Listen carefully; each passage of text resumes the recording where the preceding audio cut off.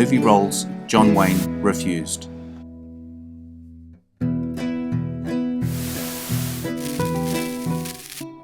John Wayne appeared in over 160 films in a career that spanned the years 1928 to 1976, many of which were westerns. Some of his roles we love, some not so much, depending on your taste in his films. Like many in-demand actors, he was offered roles that he didn't take up. We are left to wonder how he would have done in those roles now. For me, it is difficult to see him in those roles once another has occupied that role and made it their own. Let me know what you think in the comments. If you enjoyed this video, hit the notification button to get my new videos. If you want to check out my many other videos, head over to my channel. The link is in the description. Let's get into it, in no particular order.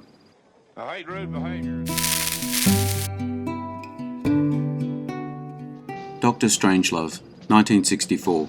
Scriptwriter Terry Southern supposedly wrote the part of Major T.J. King Kong with John Wayne in mind, who apparently turned the role down out of hand. Eventually played by Slim Pickens, who is so eager to drop a nuclear bomb on Russia, he rides the bomb all the way down to its target like a rodeo performer. Definitely a role that suited Wayne right down to the ground, especially keeping in mind that prior to this, he'd heard that Russian Premier Joseph Stalin put out a contract on Wayne due to his anti-communist stance.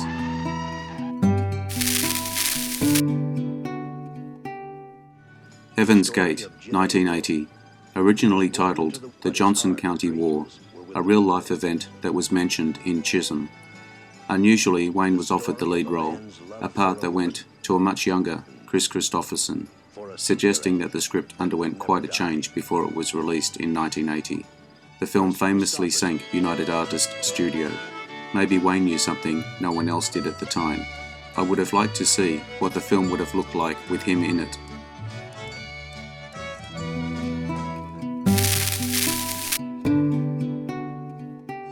Dirty Harry, 1971.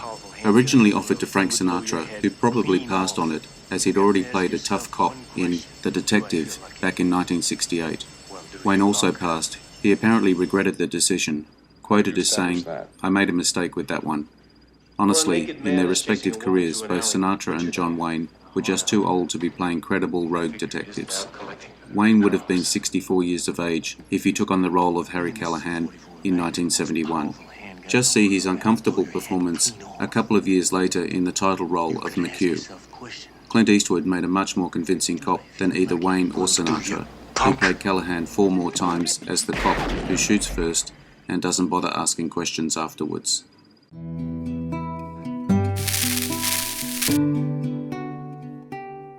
The Dirty Dozen, 1968. According to Wayne's biographers, Wayne was offered the role of Major Reisman, eventually played by Lee Marvin, conditional that the producers remove any suggestion in the script that Reisman was an adulterer. Despite the script being rewritten, Duke still passed, choosing to make the Green Berets instead. It was contended that Wayne turned it down because it was going to be shot in Europe and his wife, Pilar, was pregnant, and he was worried that the shooting would run into Pilar's due date. It probably wasn't the smartest choice Wayne made, but, on the other hand, seeing as his own project turned out to be the 4th biggest box office movie of his career, it probably convinced him it was the right decision.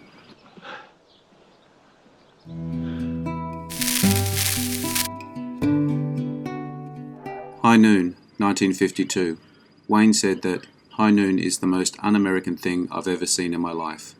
Wayne passed on what turned out to be, depending upon your political leanings, one of the best westerns to ever come out of Hollywood, or agreeing with director Howard Hawks that it was ridiculous. Either way, it didn't really matter because both Wayne and Hawks eventually produced their own answer to High Noon, a film written by a previous member of the Communist Party, Carl Foreman, and who made what turned out to be one of the best westerns ever, Rio Bravo.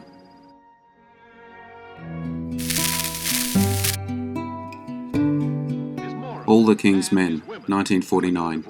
The film charts the rise and fall of corrupt politician Willie Stark, a character that shared certain similarities with real-life politician Huey Long.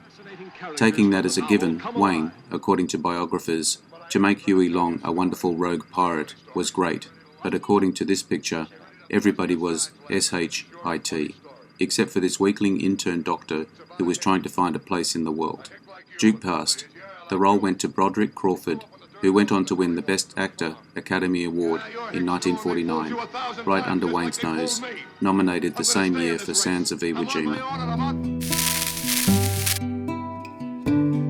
Blazing Saddles, 1972. According to various sources, John Wayne was offered the part of the Waco Kid, eventually played by Gene Wilder, or Taggart, a role that went to Slim Pickens. I would have enjoyed seeing John Wayne play Taggart, just to see Wayne let his hair down, or toupee, and enjoy the spirit of the film.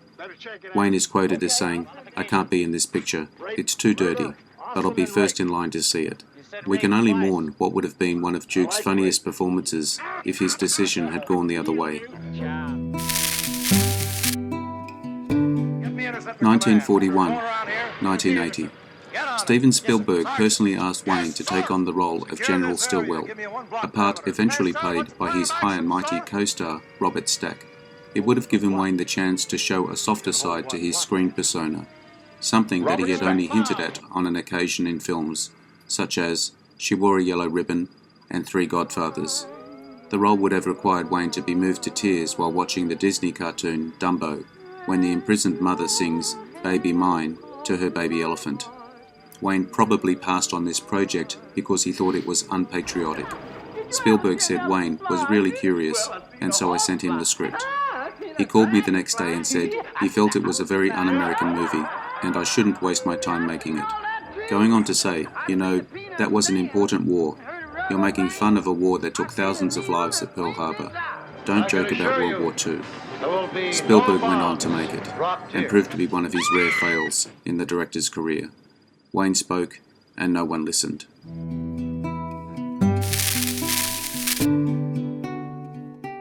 Lonesome Dove, 1989. John Wayne leading a trio of wizened cowboys consisting of him, James Stewart and Henry Fonda, on a cattle drive every bit as action-packed and adventurous as Red River, with Wayne as Woodrow Call, Stewart as Gus McCrae, and Fonda presumably playing the ill-fated Jake Spoon. Sounds like a winner to me, but Wayne passed on it. Wayne was supposedly advised by John Ford not to take part in the project, which is just about the worst piece of advice anyone ever gave Wayne. I recall reading somewhere that Stewart also turned it down, suggesting that he found the story to be rather patronising, but that's just hearsay. Reworked into a Pulitzer Prize-winning novel, Lonesome Dove, which then served as the source for the acclaimed TV miniseries with Tommy Lee Jones as Call, Robert Duvall as Gus, and Robert Ulrich as Jake.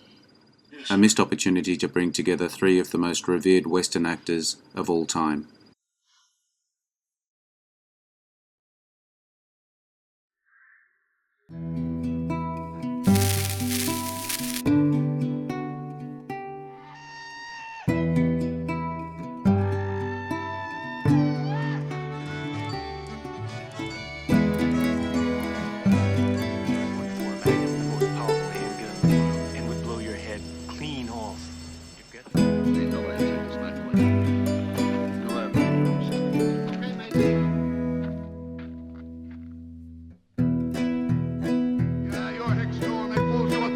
I hope you enjoyed the video.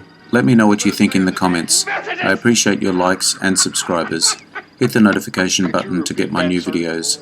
Take a look at my channel and check out my Facebook page. The links are in the description. I am Wrangler. Bye for now. See you again soon.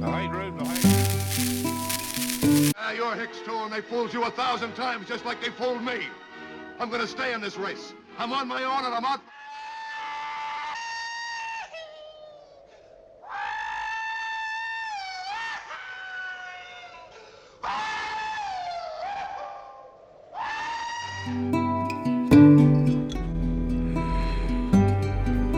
Interesting facts about famous people.